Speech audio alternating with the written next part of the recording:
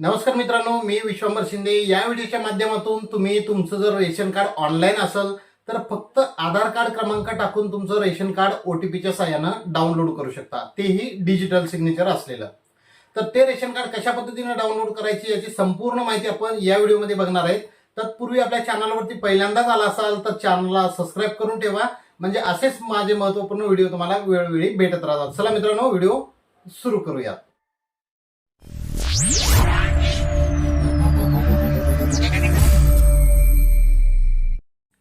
तर मित्रांनो, सर्वप्रथम आपल्याला गुगल क्रोम ब्राउझर ओपन करायचं आहे आणि गुगल क्रोममध्ये आपल्याला सर्च करायचं आहे RCMS Maharashtra public log in.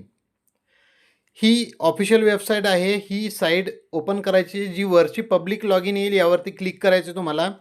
आणि आपण रजिस्टर युजर असल्यामुळे, ऑनलाईन आपलं रेशन कार्ड असल्यामुळे रजिस्टर युजर यावरती क्लिक करायचं. यावर क्लिक केल्याच्या नंतर 1 नंबरच्या ऑप्शनमध्ये तुम्ही हेड ऑफ फॅमिलीचा आधार क्रमांक टाकून लॉग इन करू शकता. त्यानंतर तुम्ही जो युजर ID पासवर्ड बनवला आहे तो लॉग इन करून, किंवा तुमचा RC नंबर म्हणजे 12 अंकी रेशन कार्ड नंबर टाकून लॉग इन करू शकता. तर आत्ता आपण या ठिकाणी आधार कार्ड नंबर टाकून लॉग इन करणार आहोत. तर मी या ठिकाणी आधार कार्ड क्रमांक टाकून घेतो.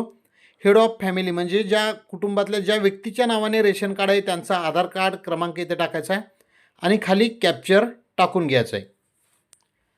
तर अशा पद्धतीने कॅप्चर टाकून घेतलं आहे आणि आता गेट OTP यावरती क्लिक करायचं आहे.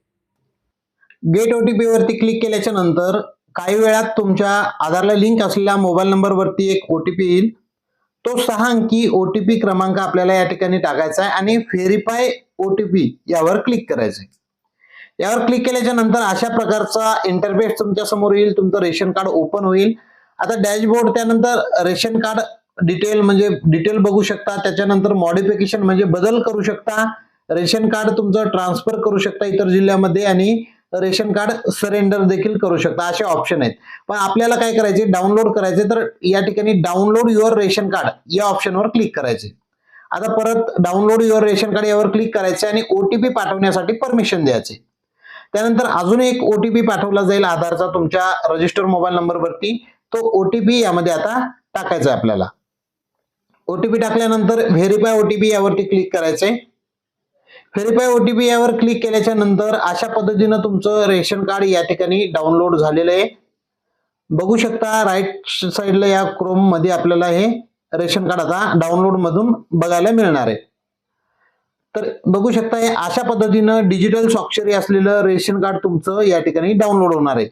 तर हे रेशन कार्ड तुम्ही प्रिंट करून वापरू शकता, लॅमिनेशन करून ठेवू शकता आणि प्रत्येक ठिकाणी तुम्हाला हेच रेशन कार्ड आता वापरायचे. तर पुस्तकाचे रेशन कार्ड आता बंद झालेले आहेत. तर अशा पद्धतीने तुम्ही रेशन कार्ड तुमचं डाउनलोड करू शकता आणि ऑनलाईन स्वरूपात PDF तुमच्या मोबाईलमध्ये देखील मेलवरती सेव्ह करून ठेवू शकता. तर मित्रांनो, व्हिडिओ कसा वाटला कमेंट बॉक्समध्ये जरूर सांगा. व्हिडिओ आवडला असेल तर आपल्या मित्रांना पाठवायला विसरू नका. असेच माझे नवनवीन व्हिडिओ भेटत राहण्यासाठी आत्ताच आपल्या चॅनलला सबस्क्राईब करून ठेवा. व्हिडिओच्या डिस्क्रिप्शनमध्ये माझा WhatsApp चॅनलचा लिंक, टेलिग्रामची लिंक आहे, तो ग्रुप जॉईन करा. चला तर मित्रांनो, थांबूयात इथेच. परत भेटूयात नवीन एका व्हिडिओमध्ये. तोपर्यंत जय हिंद, जय महाराष्ट्र.